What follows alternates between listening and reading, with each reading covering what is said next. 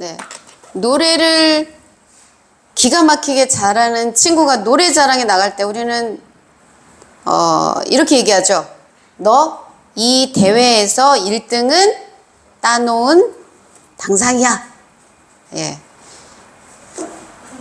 이게 무슨 뜻이에요? 따놓은 당상이다. 네. 반드시 1등 한다는 뜻이죠. 네. 우리말에 따놓은 당상이란 말이 어디서 유래됐는지 아십니까? 조선시대 벼슬 중에서 정삼품 이상의 벼슬을 당상관이라고 부르는데요. 이 당상관은 법을 만들고 집행하는 일, 관리를 추천하는 일, 또 평평한 이 당 위에서 앉아서 왕과 함께 국사를 논했던 그런 자리가 당상관이었다고 합니다. 그러니까 지금으로 말하면 우리나라의 고급 관리라고 할 수 있습니다. 그래서 한번 당상관이 되면 평생 혜택을 받으며 살았다 그래요. 그런데 이러한 중요한 자리를 왕이 직접 따로 떼어 놓았을 때, 그 일이 확실하고 조금도 틀림이 없을 때 우리는 따놓은 당상이라고 합니다. 네. 사람들은요, 왜 귀찮게 일요일에 교회를 갈까요? 네. 교회를 왜 다닐까요? 구원을 위해서입니다. 네. 잘 알다시피 구원을 위해서예요. 그런데 교회를 다니는 사람들 중에 상당수의 사람들이 구원을 마치 따놓은 당상이라고 생각한다는 거예요. 네. 근데 정말 그럴까요? 네. 여러분, 복음이 무엇입니까? 복음. 말 그대로 따지자면 복음은 복된 소리죠. 네. 근데 뭐가 복된 소리예요?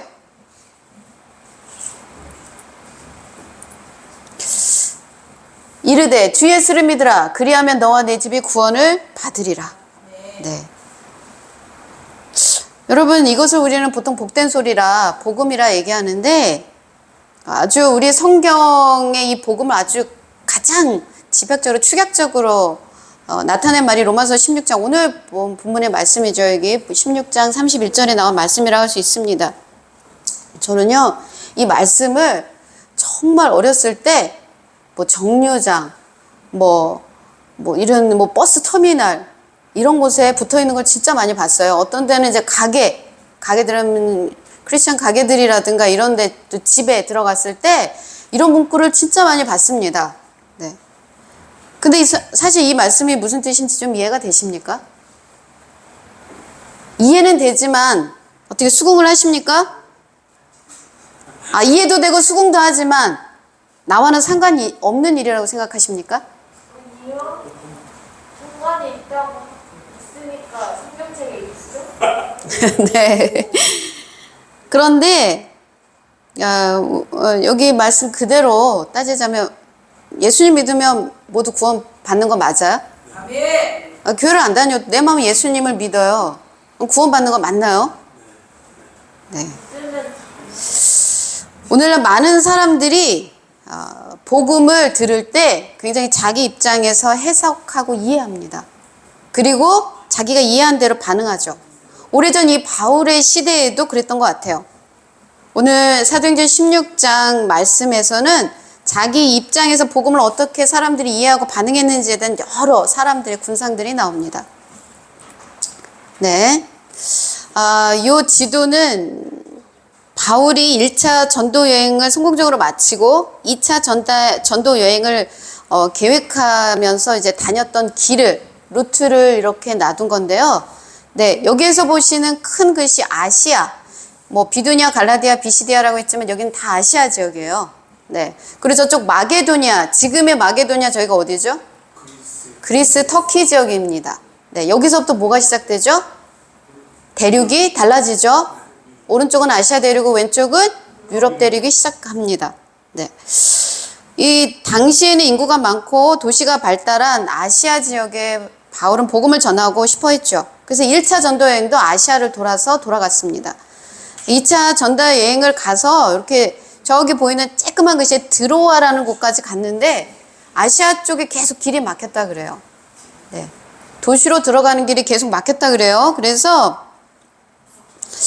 갈 수가 없게 된 상황 속에서 저 드로에서 바울이 밤에 아마 꿈을 꿨던 모양입니다. 환상 중에 마게도냐 사람을 만나게 됩니다.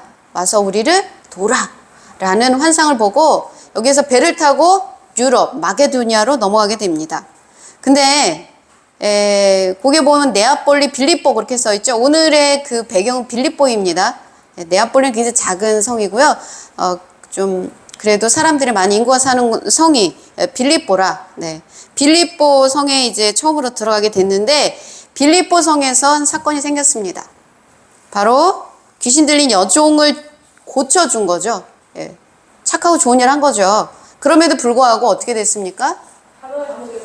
네, 매 맞고 옷을 찢었대. 왜냐하면 옷 위에 때리면 좀 덜 아플까봐 옷을 다 찢어서 때리나 봅니다. 그래서 아마 채찍으로 많이 맞고 감옥에 갇혔던 것 같습니다. 그러면서 바울은 이 과정 가운데 여러 사람을 만나게 돼요. 네, 이렇게 갇히게 된 거죠. 네, 먼저 바울이 귀신을 쫓아내준 이 여종에 대해서 한번 보도록 하겠습니다. 그렇다면 이 여종은 이 복음을 어떻게 이해했는가? 예, 여종의 어떤 모습 때문에 이 바울은 이 여종을 이 귀신 들린 여종을 고쳐주었는가라는 것을 볼 수 있는데요. 네, 이 여종은 점을 치는 여자였다 그래요. 우리나라로 말하면 무당이죠, 무당. 네, 우리나라에도 무당 있죠. 이렇게 생겼죠, 보통 무당하면. 네, 근데 여러분 참 이상하지 않습니까? 왜 무당은 방울과 부채를 들고 있을까요? 네. 바람이 시원해서 더우니까 점 보느라고 사람 기다릴 때 더우니까 그런가요? 네. 얼굴 안 보이려고. 부채는요 귀신이 바람을 타고 내려올 수 있도록 하는 기구랍니다. 네? 그리고 방울은 이 귀신이 방울 소리 굉장히 좋아한대요. 방울을 하면 귀신이 몰려든답니다. 그래서 네 방울을 들고 웅얼웅얼 하면서 귀신이 바람을 타고 들어와서 방울 소리 듣고 춤을 추도록. 그래서 이렇게 바람을 불면서 네 이렇게 방울 흔든다 그러죠. 뭐 이 여종도 이랬는지 모르겠습니다. 우리가 실제로 보진 못했지만 점을 그러면서 쳤는데 얼마나 신통했는지 와 잘 맞추는 거예요. 그래서 돈을 정말 많이 벌었어요. 한마디로 무당계에서 내가 제일 잘 나가. 네, 내가 제일 잘 나가 이런 여자였다는 거죠. 그런데 이 여자가 바울 일행을 따라다녔다 그래요. 막 따라다니면서 뭐라고 얘기했냐면 이렇게 얘기했다고 합니다. 이 사람들은 지극히 높은 하나님의 종으로서 구원의 길을 전하는 사람이다. 네, 그것도 그냥 얘기한 게 아니라 막 소리를 질렀대요. 여러분, 이 사람들이 누군지 아세요? 지극히 높으신 하나님의 종입니다. 구원의 길을 전하는 사람입니다. 네. 정말 용하지 않습니까? 네, 어떻게 이렇게 정확하게 알았을까요? 하나님에 대해서. 네, 근데 문제는 여러 날 바울을 따라다니면서 이 말을 반복했다는 거예요. 반복했다. 여러분 같은 말을 반복하고 있어요. 이게 무슨 뜻이에요?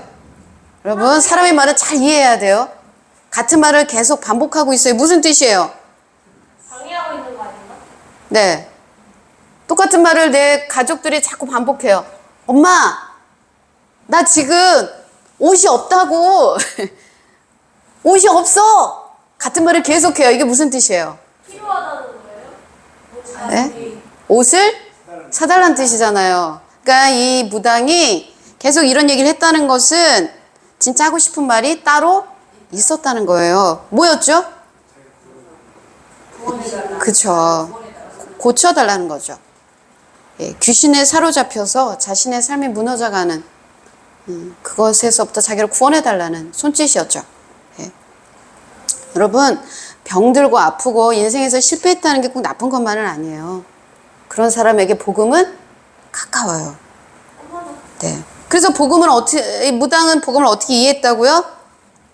자신의 이 고통과 괴로움과 고난을 구원해 줄 수 있는 게 복음이라고 생각했다는 거죠. 예. 그렇다면 이 여종의 주인은 이 복음을 어떻게 이해했을까요? 여종의 주인들은 주인이 아니라 주인들이라고 합니다. 예. 우리가 여기서 조금 왠지 좀 짐작이 되죠. 주인이 한 명이 아니라 여러 명이다. 뭐예요? 어떤 조직적인 단체가 아니었을까 싶은 감히 그런 추측을 해봅니다. 예. 이 주인들이 여종에게서 더러운 귀신이 떠나고 온전한 사람이 된 것을 좋아한 것이 아니라 어떻게 됐죠? 분노했습니다. 예. 왜요? 이제는 돈을 더 이상 벌 수 없어졌기 때문에 분노했죠. 그래서 막 바울과 실라를 당장 잡아가지고 관리들에게 끌고 갔어요. 그리고서는 이렇게 얘기했습니다. 네. 이 사람들이 유대인인데 우리 성을 심히 요란하게 할 뿐만 아니라 로마 사람이 우리가 받지도 못하고 행하지도 못할 풍속을 전한다. 네. 이 여종의 주인들은 복음을 자신들은 받지도 못하고 행하지도 못할 풍속이라고 말했는데 이 말뜻은 무슨 뜻일까요? 복음이 너무 이질적인 종교라 이렇게 얘기했던 걸까요? 자기들 해야고자 하는 예. 자기한테 이해가 이 사람들에게는 무엇이 중요했어요? 복음의 내용이 중요했습니까? 그렇지 않았죠. 나에게 난 손해, 손실 그것이 중요했기 때문에 이 복음에 대해 굉장히 적대적으로 해석했죠. 네. 오늘날 많은 사람들도 복음을 받아들이지 못하는 많은 이유가 복음이 내 성공과 내 인생의 걸림돌이 된다고 생각하기 때문에 그런 것 같아요. 또는 아무 도움이 안 된다고 생각하기 때문인 것 같아요. 야, 너 교회 뭐하러 가니? 교회 가면 돈이 나와, 떡이 나와. 여러분 이 얘기가 무슨 얘기인지 알죠? 우리 여기 계신 분들 중에 네 언니만 많이 들으셨군요. 네. 네. 헛짓거리 하지 말라고. 교회 가는 거 다 헛짓거리라고. 여종은 귀신에 사로잡혔지만 이 여종의 주인은 뭐에 사로잡혀 있어요? 네, 물질이나 성공에 사로잡혀 있는 거죠. 무엇이 더 불행한 일인지 잘 모르겠습니다. 그렇다면 바울과 실라를 때리고 가두었던 관리, 네, 오늘 또 다른 인물들이 있죠. 관리가 있었습니다. 그럼 관리는 복음을 어떻게 생각했을까요? 모르겠어요. 네, 이 사람들은 시시비비를 가려야 될 사람들이었음에도 불구하고 고발하는 사람들이 일제히 일어나서 막 난리를 치니까 이 바울과 실라에게는 변명의 기회, 복음을 들어볼 기회도 주지 않고 그 사람의 옷을 찢고 매를 치고 그 다음에 감옥에 가두었죠. 무슨 뜻이에요? 복음은 필요 없다고 하는 건가? 그렇죠. 예. 복음에 대해서는 아예 관심이 없다는 거예요. 예. 그렇다면 바울과 실라를 가두었던 간수, 이 간수는 복음을 어떻게 이해했을까요? 간수는 제가 보기엔 굉장히 성실했던 사람인 것 같아요. 상관의 명령에 따라서 바울과 실라를 감옥중에서도 정말 깊은 곳에 가두었어요. 발에는 착고를 채웠다고 합니다. 간수로서 해야 될 일을 성실하게 수행했다는 뜻이에요. 그렇지만 막상 위기가 닥쳐오자 자결을 하려고 했습니다. 네, 자살을 하려고 했었죠. 네, 무슨 일이 일어났죠? 네, 그날 밤 매 맞고 감옥에 갇힌 바울과 실라가 기도하고 찬송하니까 기적이 일어났어요. 바로 지진이 일어나서 옥문이 열렸고요. 발에 이렇게 착고가 다 채워졌던 착고가 다 열렸다고 합니다. 네. 간수는 어떻게 생각했을까요? 당연히 죄수들이 다 도망갔겠죠. 네. 뭐 죄수를 제대로 지키지 못했으니까 뭐 당연히 사형감이었겠죠. 그러니까 자결하려고 했었던 것 같아요. 근데 바울과 실라가 아직 감옥에 있다는 것을 깨닫고 네, 곧바로 달려가서 이렇게 묻습니다. 같이 읽어볼까요? 선생들이여, 내가 어떻게 하여야 구원을 받으리까 하거늘.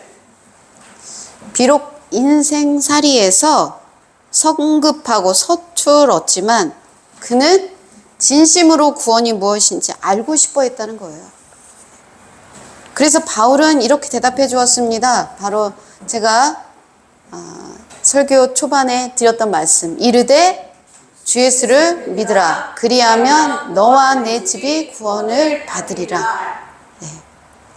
그리고 이 복음을 들은 간수는 그 대답에 즉각적으로 반응했습니다. 그날 밤 바울은 자기 집에 이 바울과 실라 데려가서 씻기고 온 가족이 세례를 받고 하나님을 믿었다고 합니다. 그뿐 아니라 이 간수는 어떻게 됐습니까? 나중에 빌립보 교회 큰 기둥이 되었습니다. 이 세상에는 복음을 듣는 사람들이 있습니다. 하지만 그 보여주는 반응은 이렇게 다 달라요. 귀신 들린 여종처럼 복음의 능력을 믿고 날 도와달라고 요청하는 사람도 있고요. 여종의 주인들처럼 복음을 성공의 걸림돌이라고 생각하는 사람도 있고요. 세상 관리들처럼 아예 복음에 대해서는 관심이 없는 사람들도 있습니다. 또 오늘 봤던 이 간수처럼 진지하게 복음을 듣고 변화된 사람도 있었죠. 그런데 딱 나오지 않은 사람이 있어요. 오늘 우리가 읽었던 이 본문 말씀에 나왔던 한 사람인데 제가 얘기하지 않았던 한 사람 누구죠? 바울과 실라. 그렇다면 오늘 말씀의 주인공인 바울과 실라는 복음을 어떻게 생각했던 걸까요? 그들에게 구원은 어떤 것이었을까요? 바울은 구원을 이렇게 생각했다고 합니다. 같이 읽어보겠습니다. 시작. 내가 이미 얻었다 함도 아니요 온전히 이루었다 함도 아니라 오직 내가 그리스도 예수께 잡힌 바 된 그것을 잡으려고 달려가노라. 아멘. 여러분, 바울에게 구원은 따놓은 당상이었습니까? 아닙니다. 바울에게도 구원은 이미 얻었다 한 것도 아니고 온전히 이루었다 함도 아닌 여전히 그 구원을 잡기 위해서 달려가고 있는 사람이었다는 것입니다. 우리가 이르되 주 예수를 믿으라 그리하면 너와 내 집이 구원을 받으리라 라고 이야기하고 있지만 사실 이 말씀은 처음 믿는 사람들에게는 맞는 말일지 모르겠지만 신앙을 계속 유지하고 있는 사람들에게는 맞지 않을 수도 있습니다. 네. 저는 여기에다가 한 단어를 더 첨가해서 이렇게 얘기하고 싶습니다. 이르되 주 예수를 끝까지 믿으라. 그리하면 너와 내 집이 구원을 받으리라. 아멘. 여러분, 구원의 문제는 결코 가벼운 문제가 아닙니다. 우리의 의지나 노력으로 얻어지는 문제도 아니고요. 이 구원은 마치 경주와 같아서 끝까지 그것을 잡으려고 최선을 다해 달려가야 얻을 수 있습니다. 우리가 이 경주에서 주저앉지 마시고 포기하지 마시고 지난주에는 그 토끼의 경주를 같이 이야기했는데 토끼가 잠시 쉬고 싶어서 쉬지 않습니까? 그러니까 경주에 졌죠. 네. 근데 이 복음의 경주는 쉬어서는 안 됩니다. 우리가 코로나 기간을 지나면서 많은 분들이 잠깐 신앙을 쉬고 계신 분들이 많아요. 경주는 그렇게 하면 안 됩니다. 믿음의 경주는 그렇게 하시는 게 아니에요. 우리가 끝까지 이 경주를 마칠 때까지 달려가시기를, 그래서 승리하시기를 주님의 이름으로 축원드립니다. 기도하시겠습니다. 하나님 아버지, 사람들은 복음을 듣고 어떤 사람은 적극적으로 미워하기도 하고 어떤 사람은 외면하기도 합니다. 하지만 복음을 알고 또 듣고 있는 우리는 이 믿음, 이 구원을 향한 이 믿음의 경주를 포기하지 않고 쉬지 않고 끝까지 달려갈 수 있도록 우리를 도와주시옵소서. 예수님의 이름으로 기도드립니다.